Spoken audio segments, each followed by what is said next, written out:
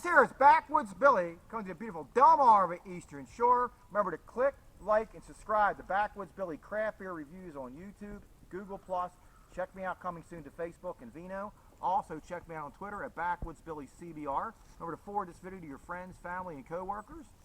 Enemies as well, doesn't really matter. Coming today about a Chambersburg, PA brewery called Roy Pitz, right outside of Philadelphia, the Sour Hound Ale. Roy Pitz Sour Hound Ale, and it's going to be www.roypitz.com. 12 full ounces, 5% alcohol by volume. It's passionately brewed by them.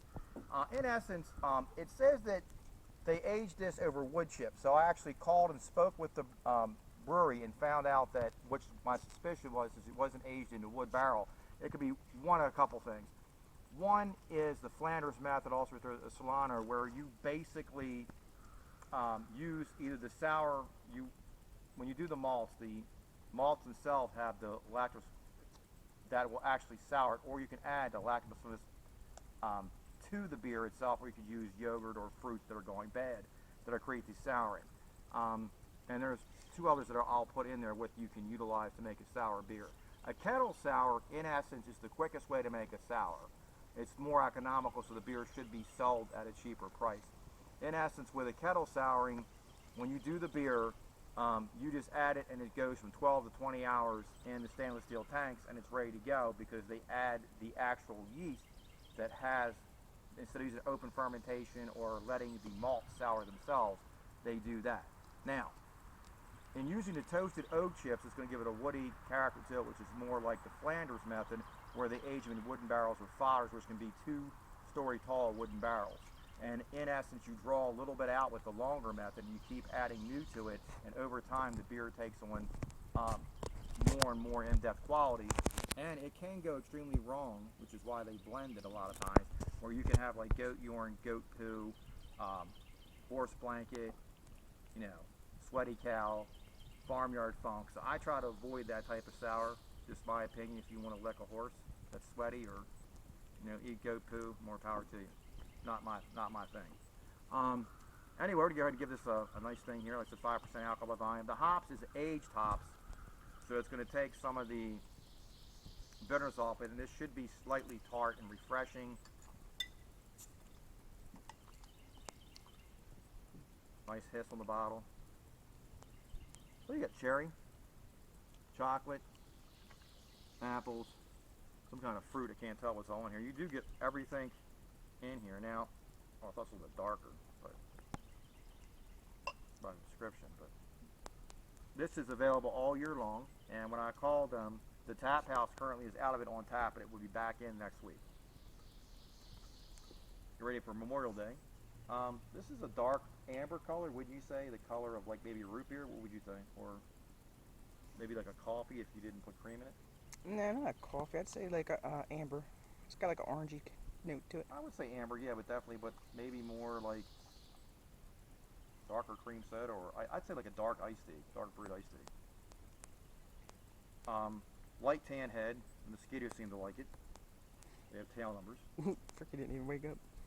I have my 7 dogs out here, and the idiots that they are, they can't stop digging, and we've had rain for 2 weeks, digging in the mud to find lizards, and they're stirring every mosquito in the world up.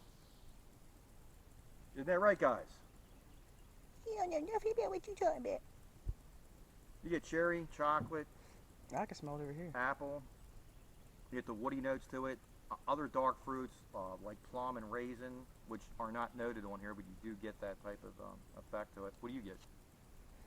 I smell pretty good, but I'm not. Fruity. You get like the woody grains to it, or with the woody. Yeah, I'm getting like the cherry definitely.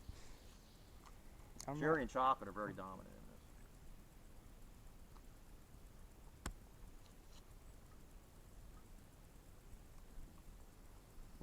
When the wind shifts. Oh, it's like a tart cherry, almost to the point of being sour, but not quite. A bittersweet chocolate. Dry on the finish. Drier than I would expect from it, and then it finishes with like a nice chocolate, like a dark chocolate if you've eaten the chocolate, and like a cherry cordial, and it was the end of the cherry and a lot more chocolate to it. It's kind of the finish of it. Very faint apple notes to this, and other dark fruits. The carbonation, this is mild. You do get the wood notes, especially now I'm getting the wood tannins coming through. The nice toasted oak, you do get to this. The difference in a lot of things, if you age it like wine barrels, you get a different effect to it than you will there. And what we're talking the third way, they were doing a sour porter too. The smell kind of reminds me of a whiskey sour my mom used to drink when I was younger. That might be the barrels they use, the wood. Yeah. That would explain Every once in a while, the drying. breeze, I smelled on the breeze. Yeah, like I wouldn't say bourbon, but like Seagram 7. That's what I get out of it. The Canadian whiskey. That's very faint, but it's definitely in the wood. So I don't think they use this regular toasted oak. I think they probably use whiskey barrels. You don't get the complex. See, a kettle sour is what they call one-dimensional. You don't get as much dimension to it as you do if you use the Flanders method, because when you're actually using the bacteria itself to come out, the problem with it is you have to have several barrels to blend. Even with this, because the barrels of the wood can be a problem. When I do a beer, a barrel-aged beer, I do oak chips. I toast them in the, they did theirs, I toast them in the oven on a cookie sheet, and I flip them.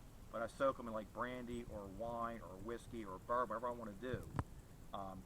You can't find them, but the Budweiser used to sell their barrels. Now they just use chips.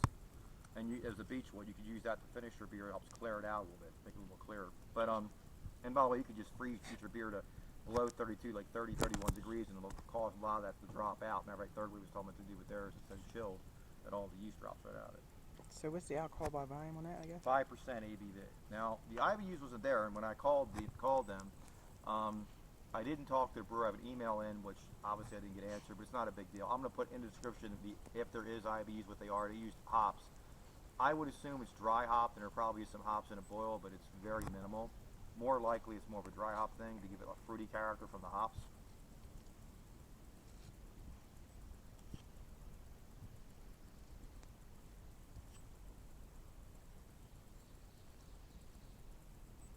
Cherry chocolate, light apple, toasted wood notes, slight tanning, more of a, you can get the bitter chocolate, bittersweet, and it's like tart, and then you're going to get the more of the chocolate cherry than back to the wood tannins. And you do get a slight whiskey note, and it reminds me of Seagram 7. So I would say that they use whiskey oak chips from a whiskey barrel, not a bourbon barrel. And I didn't get them just tasting it and getting that note out of it. I would say if you're going to do a salad, like it would go very well with this. Also, if you do a fruit salad, it would go well with this. Also, like a Waldorf salad, which has the apples and raisins and What about like an ambrosia? ambrosia? What the freak is that? It's like marshmallow, mandarin oranges, cherries. Oh, I'm sorry. I didn't realize there's a name for that salad. I didn't know either. Hillbillies didn't know there's a name for that one there. We used to just call it mandarin salad. Mandarin salad. Yeah, my mom used to make it all the time, and then somebody. My mother made it. I had it somewhere highfalutin, and they called it ambrosia salad. Oh, I don't know. I was like, okay, whatever. There's a lot of I could be recompensed for something, which means to be made whole, or like somebody owes you money, you're paid back. I can use them there educated terms. Y'all know that Backwoods Billy has a Juris Doctorate degree? Get them 50-cent cocktail words out there. I have a college degree from a really good university that I went to that's very elite. And then I have a local one that I went to for my law degree.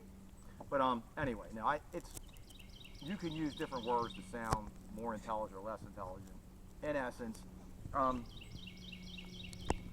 Roy Ritz Sour Hound American Sour Ale.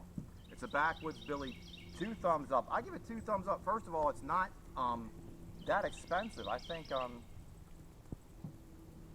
it's about $3 a bottle, and if you buy, I think it comes in a 4-pack, if I remember correctly, it's like $8, $8.50, something like that, $9. I mean, so it's not huge.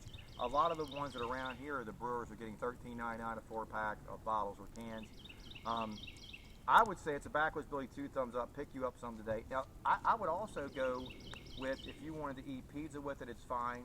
But I would say more so Thai food, Chinese food, Mexican food would go well. Something spicy like steamed shrimp, steamed crabs would also go well, because there is a fruit character to this. It's slightly tart. It will work with it.